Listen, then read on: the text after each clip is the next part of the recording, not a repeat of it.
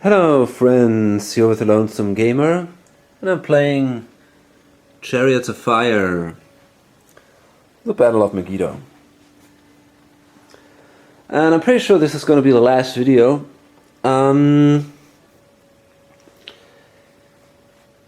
We've seen now that the Canaan forces are falling apart. Not too many of them were completely destroyed though, but well, still 5 of these chariots. Most of them though flew into Megiddo and they're not allowed to come back into the game, so they are also gone. All that's left is these 6 units here of infantry, but they're just prey for the chariots. There's basically no way for them to fight back.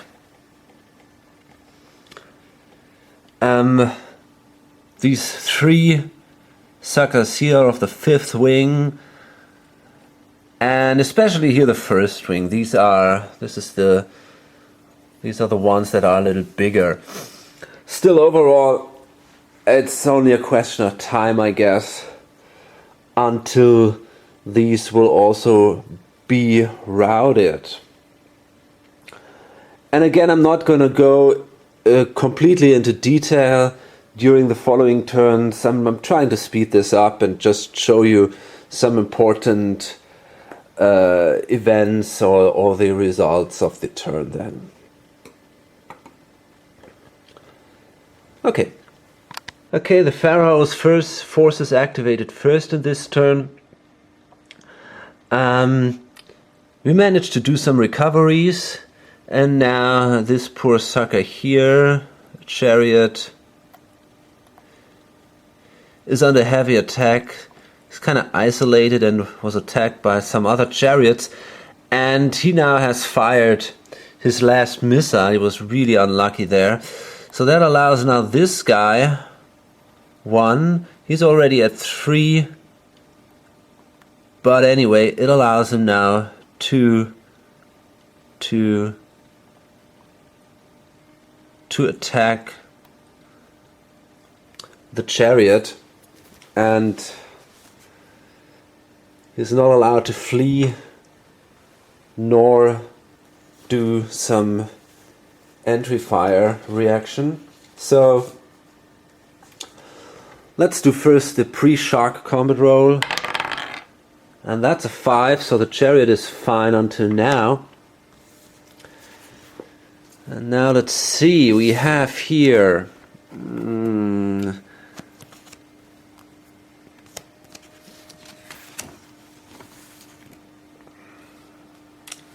shock superiority. Well, I think the sucker is actually attacked from the flank. Yeah, that's the case. So we have runner infantry against a chariot. That's no superiority. But we are on line number 9. Over there. Now let's see. For each additional attacking unit more than defender.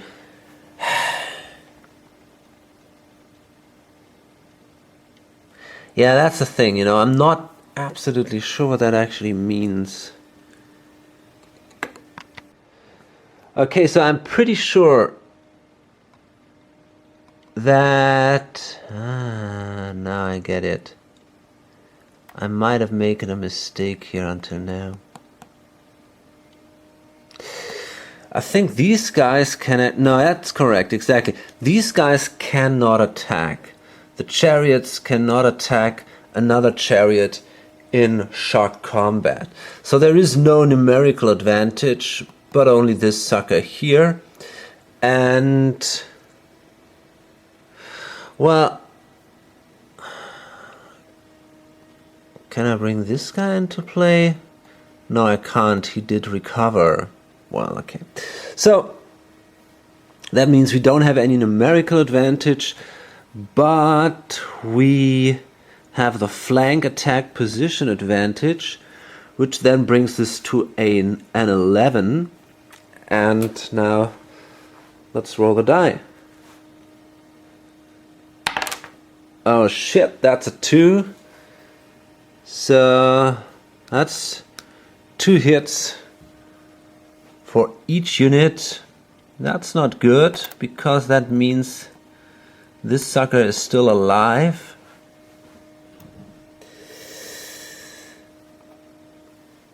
With 4 hits, in a bad shape, but alive.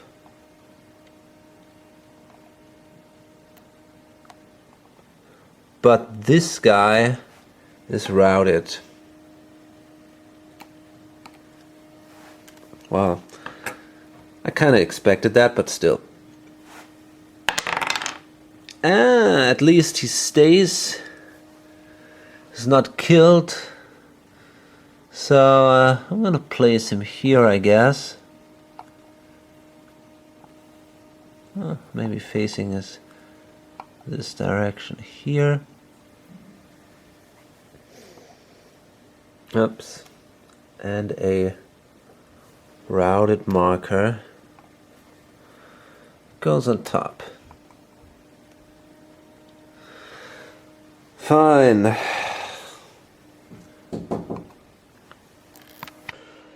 We've had the momentum here, so the Tutmosis was successful. We start shooting at this guy again. I would suggest with him. And I'm pretty sure we'll be able to kill him. Yes, that's a 7, that's good enough. There he goes.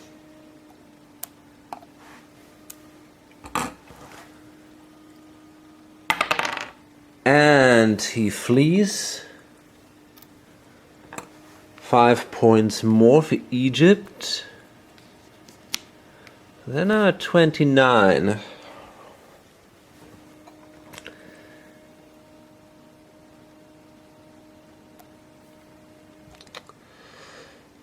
Then I'm actually going to activate this guy here. 1, 2, 3. Now he could withdraw. I'm just wondering if he can do it. So that would be, well, I can. These would be 5 spaces, so he actually could withdraw here into this space here.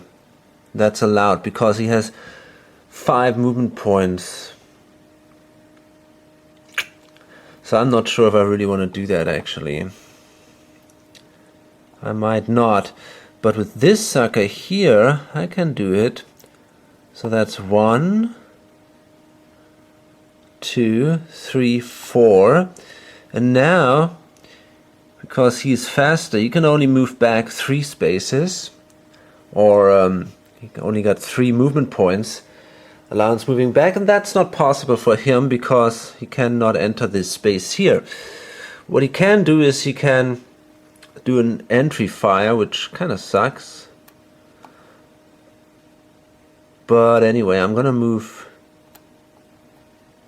I think I'm gonna move here then and attack, and we'll see the entry fire here. So that is a 6, and that's a hit.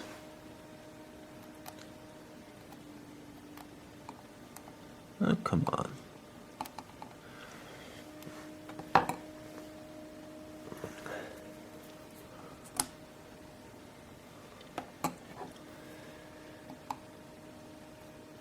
Okay.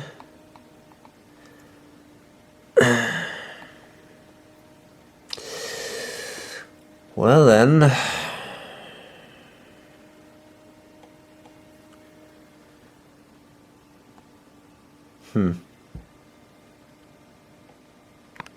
Okay. So again we are on this number 9 column here. And we're attacking actually from the rear. So that means we get an advantage. And that means that our we have a superiority, rear superiority, and that means that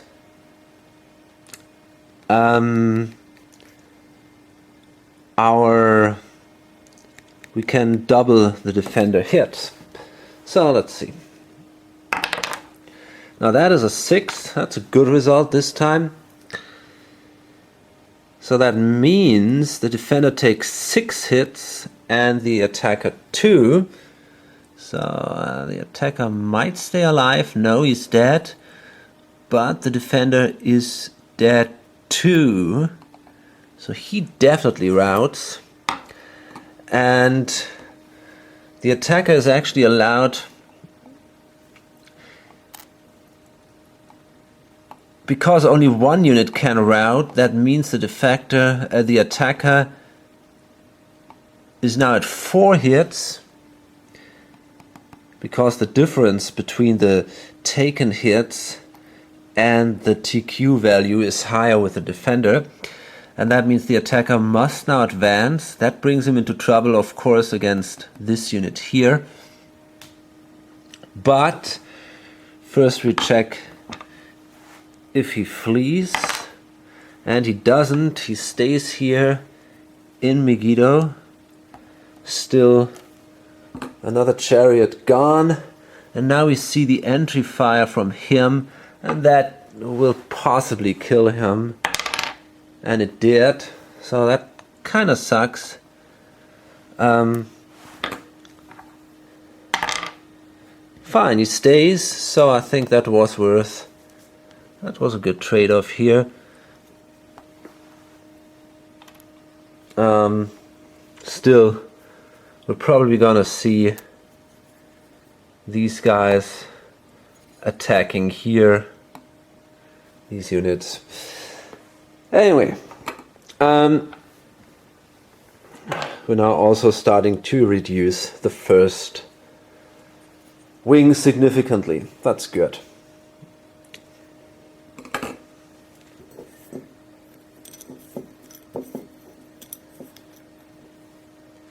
So we have now division 2. These guys down here. I'm going to do that off camera. I'll probably be able to kill some of these light infantry here. Maybe even the leader here. Okay, we managed to rout 2 light infantry here, and this sucker actually flees the battlefield.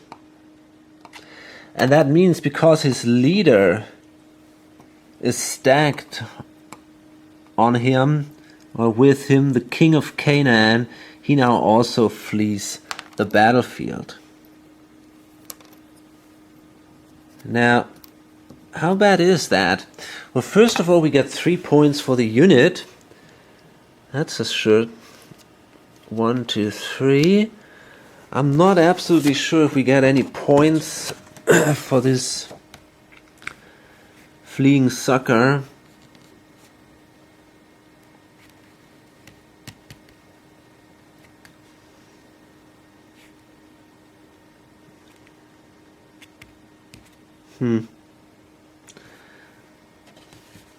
I'm not sure.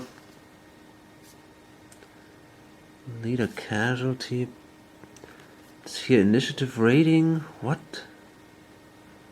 Withdrawal. Let's see. Okay, probably not. We don't get additional penalties for this guy retreating, I think. So, fine.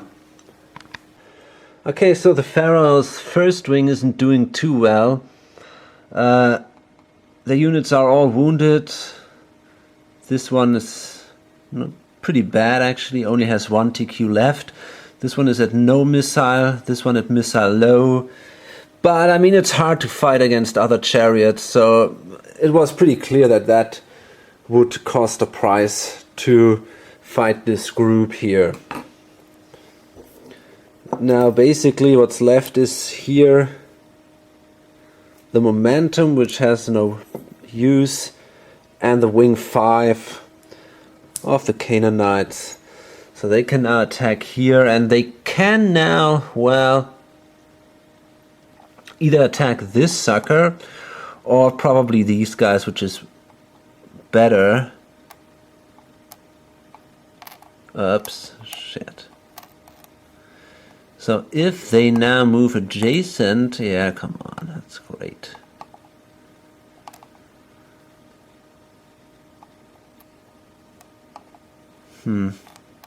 Now I wonder,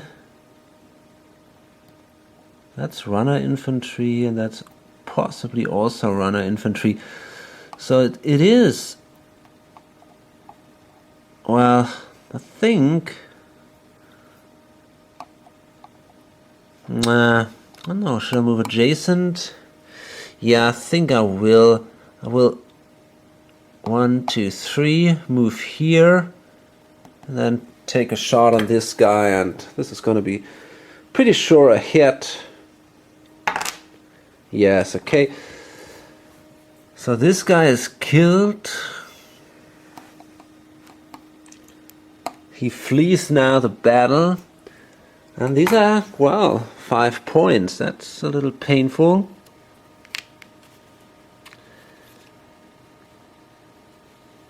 Still many left though.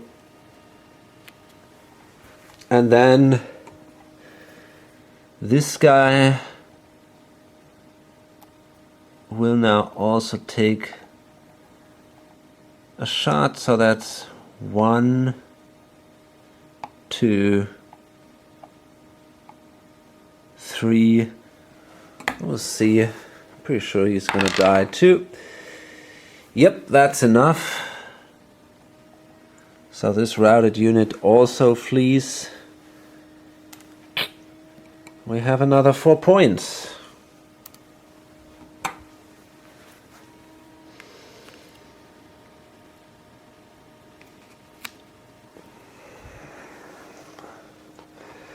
Well, still, that will not change the outcome of the battle. So, let's go to the next turn. Okay, so now we're allowed to activate the Pharaoh's infantry with our momentum marker. And I'm gonna try to attack these guys in shock combat with my shock infantry. So what I'm going to do is I'm going to move 1, 2, 3, 4, 5, 6, 7, I guess. And with this guy, 1, oh, come on, 2, 3, 4, 5, 6, 7. Okay.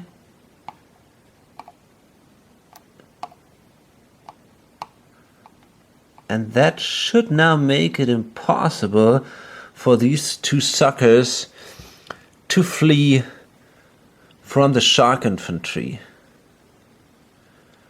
So I'm turning around here.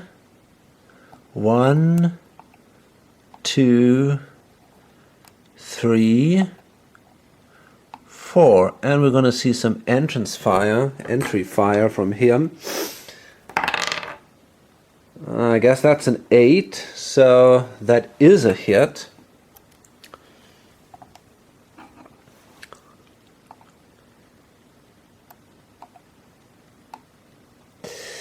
Now, he's also doing good. So you can move in here now.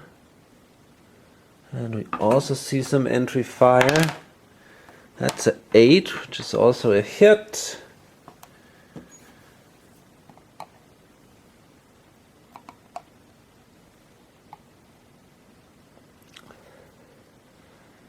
This sucker can turn around. 1, 2, 3. That's a 9. So that is actually no hit. And it also brings these guys to low missile. And then we can activate this guy. 2, 3, 4. Oh wow. Now that's possibly the end of wing number 5.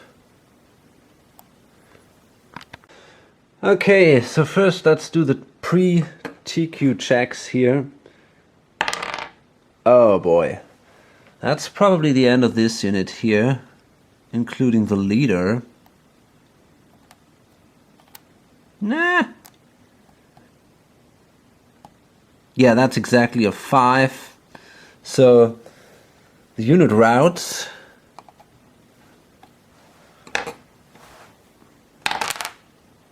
And it stays. And the leader also does. So they flee here into the city. And that means now that one of these suckers has to advance in this space. And because this was the unit that had the rear superiority, it has now to advance right in here. And we're going to see the entry reaction here. Oops, shit.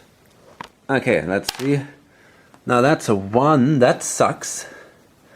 That's actually 2 hits, I guess. That's painful.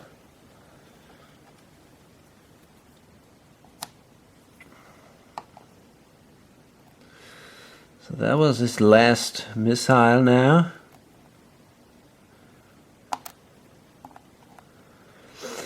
Oh boy.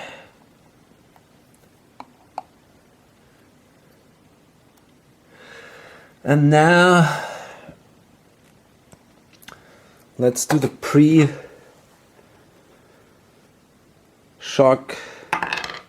roll. That's a 6. That's no good. So he takes 2 hits, and that brings him down to 3 then.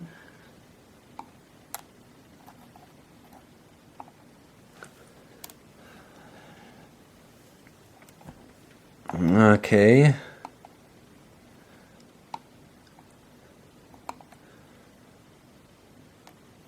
There we go. And then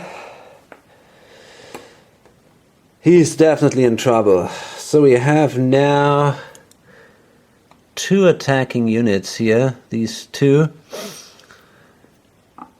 So we have a numerical advantage. One is attacking from the flank. Oh boy. Now let's see. We have the shock superiority. We got this shock superiority. I'm pretty sure about that. Shock infantry against what? That's a defender superiority? That's weird. Well, but okay. So we got defender superiority. That means that the attackers take 2 hits. Or that the attackers' hits are doubled. No, wait a minute. That's bullshit. This is the attacker. Shock infantry against the chariot. So no advantage here. But we are allowed to roll on number 9. We have an additional unit, so we are at 11. We attack from the flank. So that brings us to 13. Okay, now... now that is a 0, boy, but still it's a hit. And 1 hit for us, so that means this guy will rout.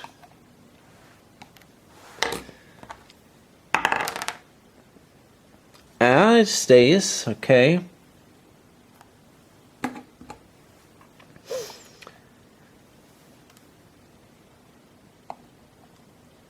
And I'm pretty sure I can choose who has to move forward. I'm gonna take this guy. Maybe not. I'm gonna take the other one. Okay. So, yeah, wing 5 is gone. And basically all that's left now is this first wing, and then we're done.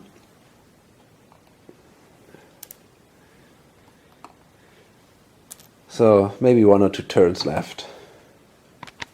Okay, now we have the Pharaoh's wing activated by the normal activation chit, and we can start attacking this guy here with some pass-through attacks. So it's 1, 2. There is no unit underneath, so we see no entry fire from this unit, but from the other guy. That is a hit.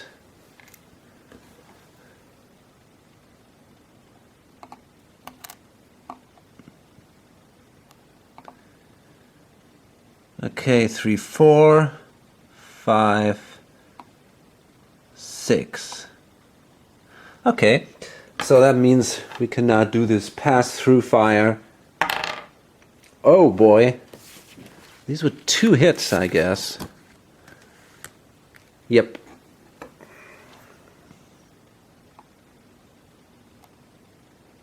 And that kills him. Wow.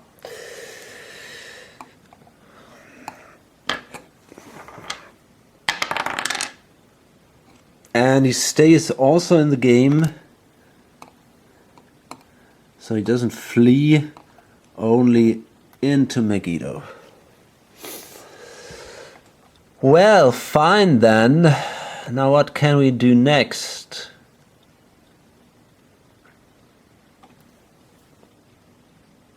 How's this sucker doing? Well, he's not doing bad.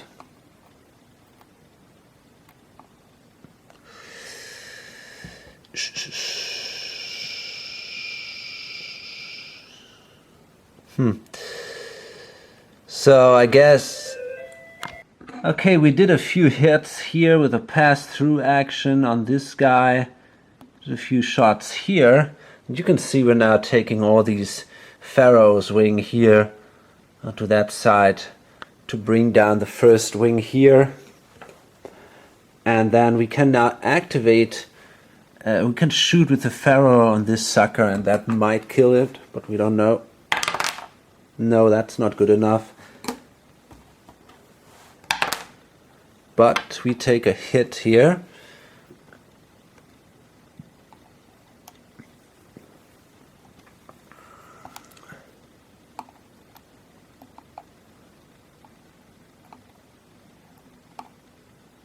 Okay. Well then.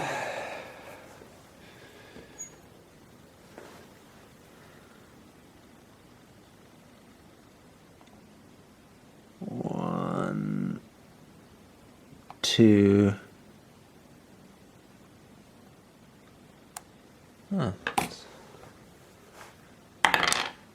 Okay, that's another hit on that sucker, and here we can also fire. So 2 more hits on him. Brings him down to 5. Wow.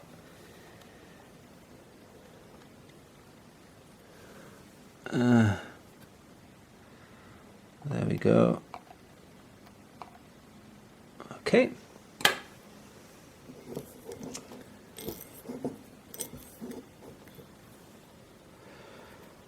So that's wing 1, and we're going to try to trump here the Pharaoh, and that's a success. So yeah, I think that's it now. Possibly, I mean, we can kill these guys off. Pretty sure we can, or at least do a bad hit here, and then there is not much left. Okay, I'm gonna fire with this sucker at him.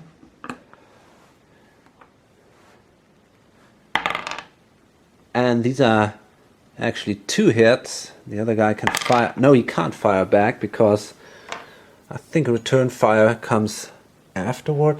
I'm gonna check that actually. This is an interesting question. Return fire. Yeah, it's not simultaneous. So that means that this guy is killed before he can shoot back.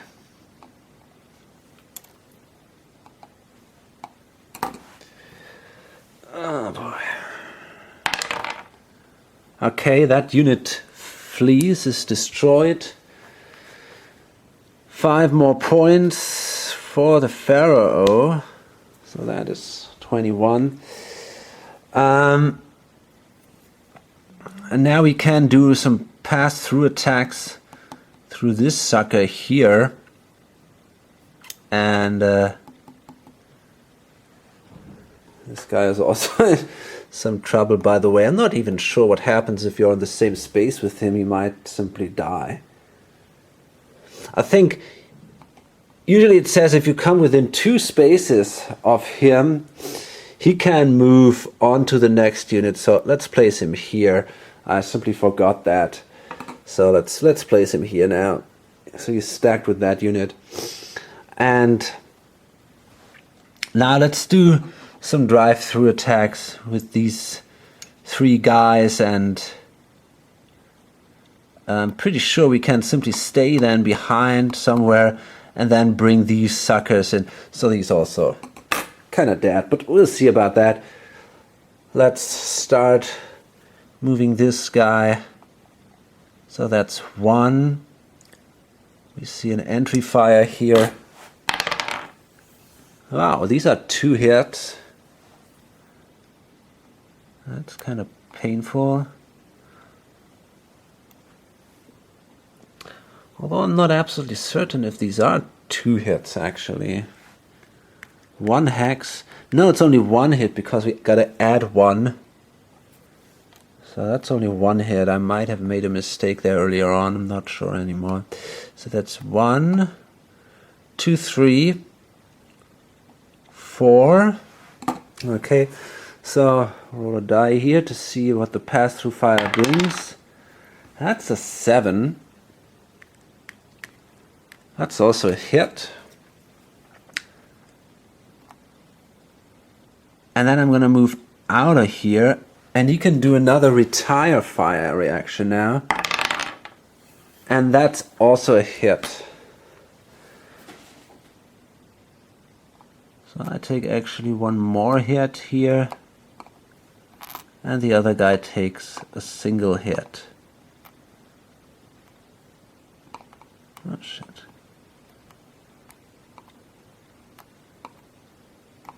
Come on, man.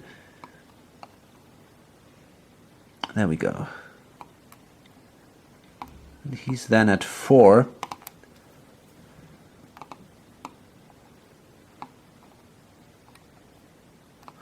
Then we're going to fire this guy here from adjacent. That's a 5, that's a hit. The other guy can fire back, that's also a 5. So we both take a hit here.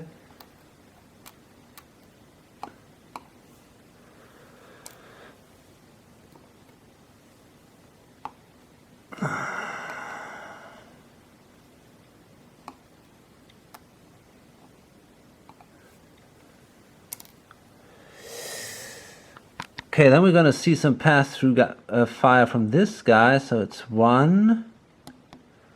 So we see the entry fire.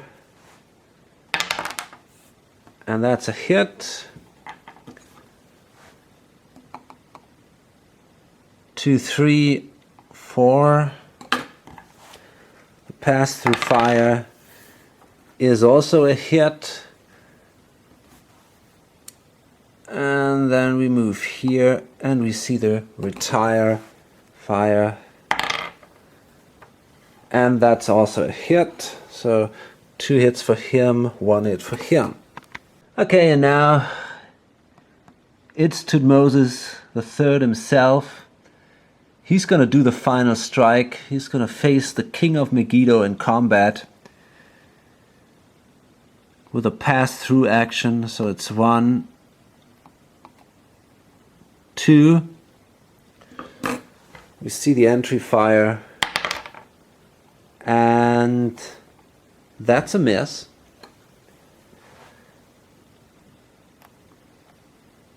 Three, 4, 5.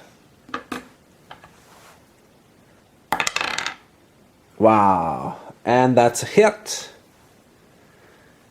And that means now that the unit routes, and together with the king they also flee into Megiddo.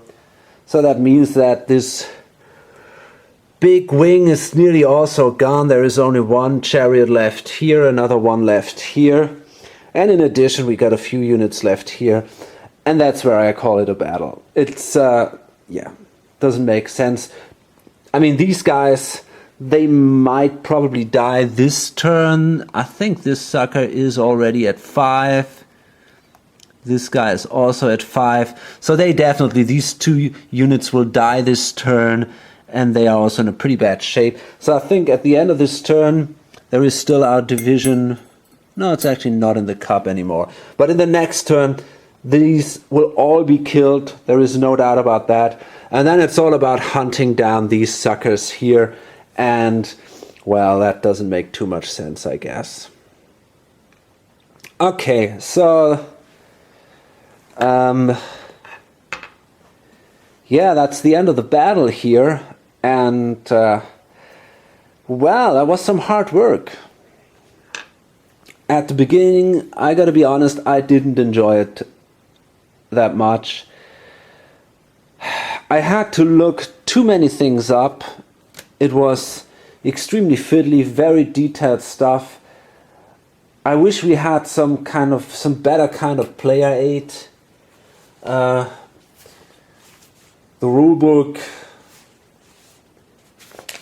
is not very well organized. I don't know, it's not that badly organized, but it's simply many things are not clear. Some things are simply wrong. We have the errata, therefore, but and also these errata, you know, I mean, they're not very cool. I mean, things like replace first sentence. I mean, why don't they simply write what they want to sell instead of forcing you to look into the rulebook again to understand what's wrong here? And I mean, things like that.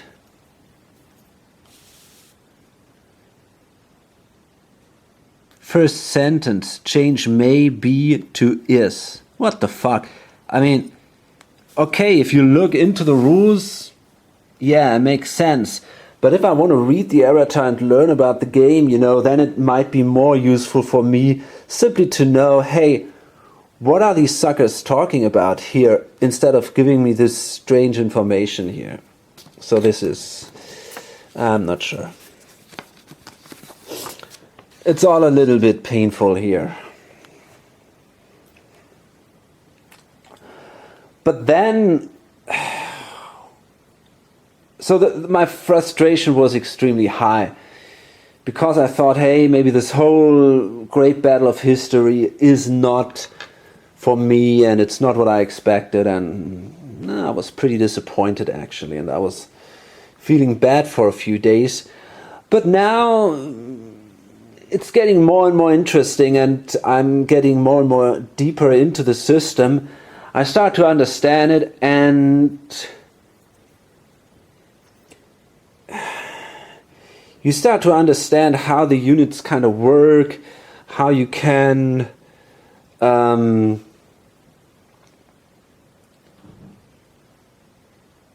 you know, what unit types work against which unit, how it is possible to force chariots into close combat, and all these kind of things. So that's, yeah, it's getting a little more interesting then.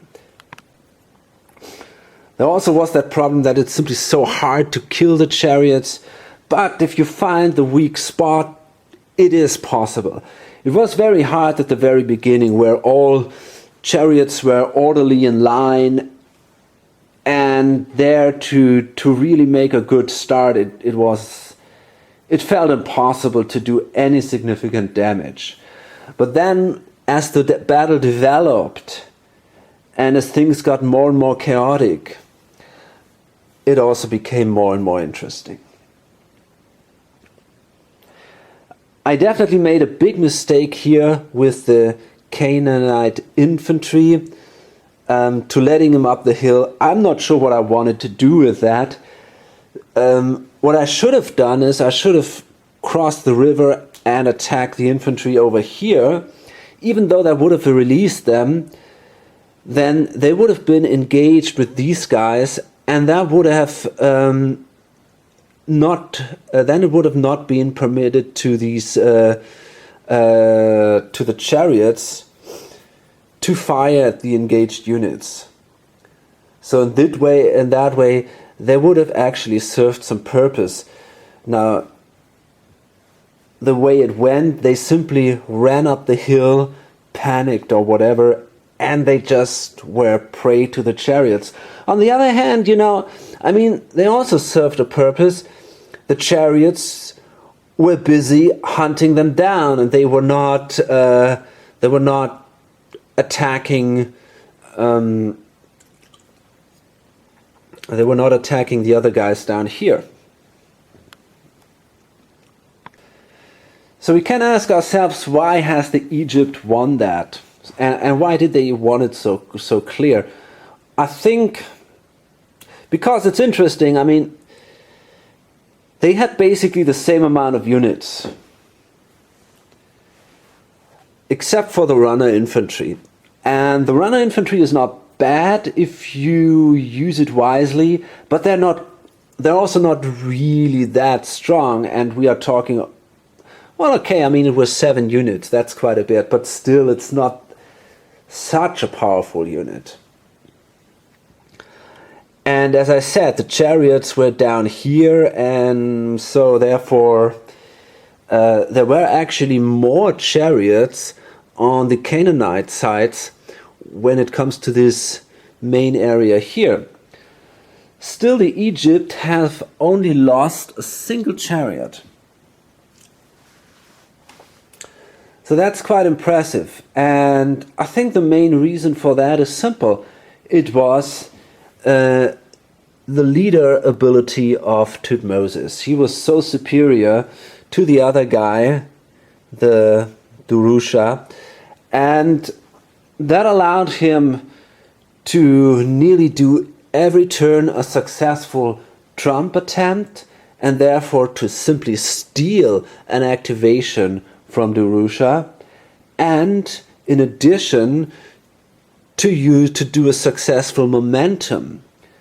And because he was the wing leader, that was another massive advantage, because Durusha was no wing leader, and therefore it was much harder for him to, and he has definitely a lesser initiative rate, and therefore it was harder for him to get the momentum. So mostly Tutmosis had actually 2 additional turns, and that's extremely powerful, and that's, I guess, what has won the battle for him.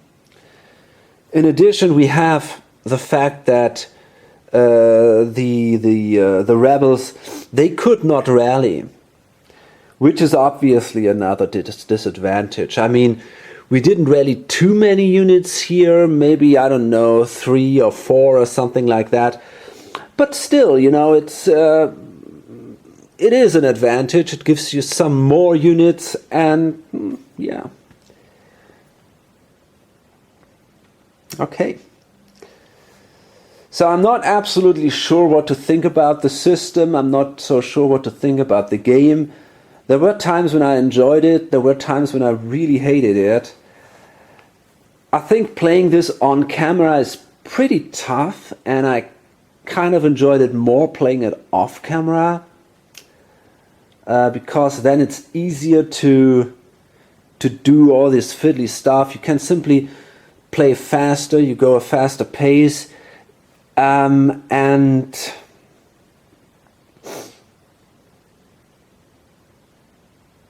that makes this much easier. We're gonna go back to this game. I want to try 1 or 2 more scenarios, also from the other great Battle of History series, but not in the next video series. I want to relax a little bit, do some other stuff, but yeah, we're definitely gonna see 1 or 2 more battles of this. Okay, hope to see you in the next video or on lonesomegamer.com. Bye.